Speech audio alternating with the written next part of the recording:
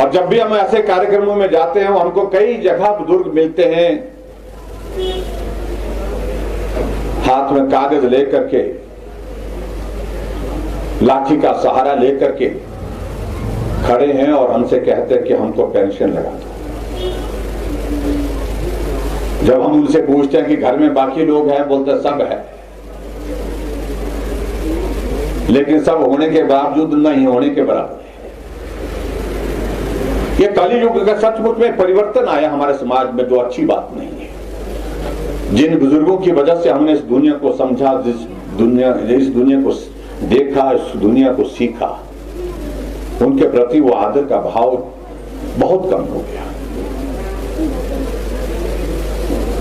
और ऐसे हालात में हमें यही लगा, जब मुझे मुख्यमंत्री बनने का अवसर प्राप्त हुआ तो पहली कैबिनेट की पहली बैठक में किया, पहला निर्णय हमने यही किया, जिन बुजुर्गों की वजह से हमने इस दुनिया को देखा है, समझा है, सीखा है, उनके प्रति आदर का भाव व्यक्त करते हुए मेरी इच्छा है कि कोई बुजुर्ग हमारे पास एप्लीकेशन लेकर के पेंशन के लिए ना आए। 70 साल के ऊपर सभी बुजुर्गों के लिए हमने कहा कि सारी फॉर्मेलिटी जो है डिपार्टमेंट करेगा, विभाग करेगा, और उसके बाद सारी औपचारिकता पूरी करने के बाद सभी लोगों को आय सीमा में छूट करने के साथ जो है पेंशन का प्रावधान हमने करने का निर्णय किया। और ये पहली बार हिमाचल प्रदेश में इस तरह से हुआ। इससे आगे बढ़कर के और भी हमने निर्णय, यहाँ माताएं बहनें बैठी हैं उनके लिए हमने कहा कि गैस का चूल्हा सब घर में होना चाहिए भाई। आदरणीय प्रधानमंत्री ने उज्ज्वला योजना के अंतर्गत 1,31,000 चूल्हे हमको हिमाचल प्रदेश में भी उज्ज्वला योजना केंद्र सरकार की योजना के अंतर्गत दिए। लेकिन फिर देखा हमने बहुत सारे परिवार ऐसे रह गए जहां गैस का चूल्हा नहीं पहुंच पा रहा है।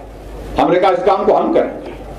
हमने गृहिणी सुविधा योजना के अंतर्गत 3,15,000 से ज्यादा गैस के चूल्हे घर घर में पहुंचाए। आज हिमाचल प्रदेश में एक भी घर ऐसा नहीं है जहां पर गैस का चूल्हा नहीं है। बोले हमारे कांग्रेस के लोग, एक घर में भी दिया गैस का चूल्हा। ये तो धोखा देते हैं, धोखा देना जानते ना। जहां शांति है वहां पर भी जो है अशांति फैलाने के लिए, झगड़ा करने के लिए करते हैं। और हमने गैस के चूल्हे हर घर में, हर परिवार में पहुंचाए हैं।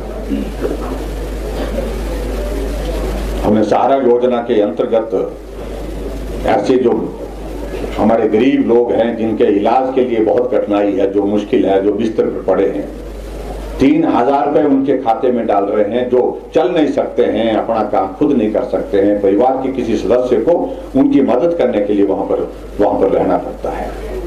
किसी को एक्सीडेंट हो गया, किसी को पैरालिसिस हो गया, बीमारी हो गई, कैंसर हो गया, किडनी फेल हो गई, हम उनको 3,000 रुपए उनके खाते में डाल रहे हैं।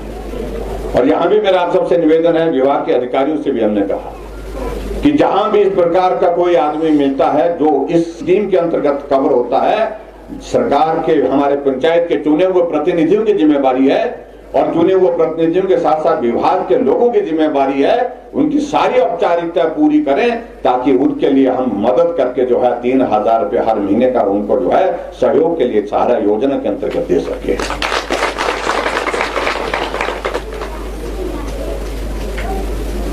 हिमकेयर के माध्यम से 1,00,000 लाख लोगों का इलाज हमने हिमाचल प्रदेश में मुफ्त किया।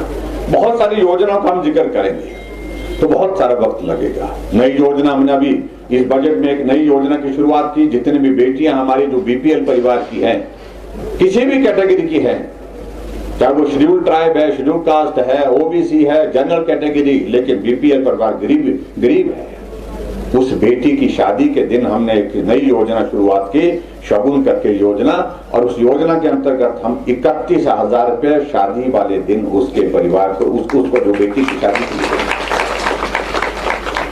लेकिन कांग्रेस नहीं सोच पाई इन बातों का, भाषण देते रहे, वोट लेते रहे, आप भी देते रहे वोट। खरी मन्नत है, बुरी मन्नत निकला। हम इतने बेबयार है, हम तो ज्यादा पुराने नहीं हुए। यहाँ पर हीरालाल दूसरी बार आए मसा हम बोलो अरे जिताओ भाई हीरालाल को, भाई शाह आए,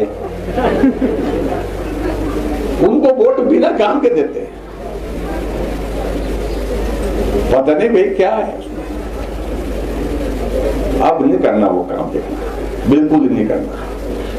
काम करने वालों को साथ देना, सहयोग देना, ये मेरा आप सबसे निवेदन है। पता नहीं हमारी बातें आप सुनते हैं, मानते भी हैं कि नहीं, मान लगना पता पड़े, आगे लगना पता। पीछे तो थोड़ी मानिए, हीरालाल को कहा हमने जिता के भेजो, आपने भेज दिया। फिर लोकसभा के चुनाव में हमने कहा कि भी अच्छे वोट पड़ने चाहिए, यहां से अच्छे वोट पड़े। पर ऐसा नहीं कि भी अब आगे भी सुननी पड़नी पड़ी थोड़ी। कितनी बढ़ती है हमारी लोकसभा में? 27,000 वोट की बढ़तियां इस करसोग विधानसभा क्षेत्र। और यहाँ इस बढ़त को हम कह सकते हैं कि दावे के साथ कह सकते हैं कि एक वक्त था यहाँ पर 27,000 वोट अपनी पार्टी को लेना मुश्किल होता था। विधानसभा के इलेक्शन में कितने वोट पड़े? विधानसभा 22,000 वोट पड़े, 27,000 की बढ़त मेरी देखो। लोकसभा चुनाव में बहुत बड़ा काम किया आपने। इसके लिए मैं आप सबको बहुत बहुत बधाई देता हूँ, आप सबका धन्यवाद भी करता हूँ। लेकिन एक बात को लेकर के हमको ये भी सोच करके चलना होगा कि ये साथ जो है वो मजबूती का साथ चलने का ये दौर लंबा चलना चाहिए। अभी शुरुआत है और ये संदेश जाना चाहिए। और ये बात सच है कि इतने लंबे अरसे के बाद एक फेरा आया हुआ है।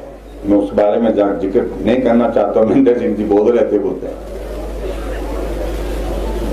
तो मजाक करते हैं, बोलते हम तो कुबड़े हो गए थे। बोलते कुबड़े का मतलब कि भाई उम्र का एक तकाजा आता, जब आदमी जवानी में सीधा चलता है, बुढ़ापा जब आता तो थोड़ा थोड़ा नीचे हो जाता है ना।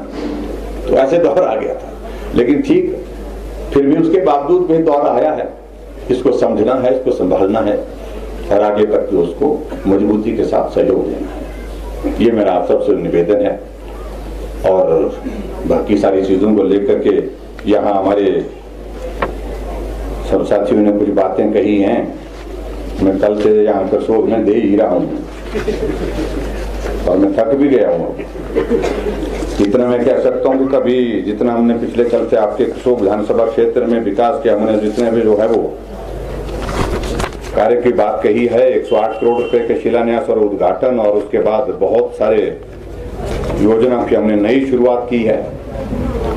तो मैं 2-3 चीजों का जिक्र यहाँ पर करने के लिए आग्रह आया है। तो मैं यही कहूंगा, एक तो हॉर्टिकल्चर के जो एक्सटेंशन ऑफिसर की जो मांग आई है, वो HEO की मांग आई है। एक आई है महोग से और दूसरी आई है मारूनाग से। एक करने की, 2 करनी है। मैं तो 4 बोल दूं तो आपने बोले 4 करनी है।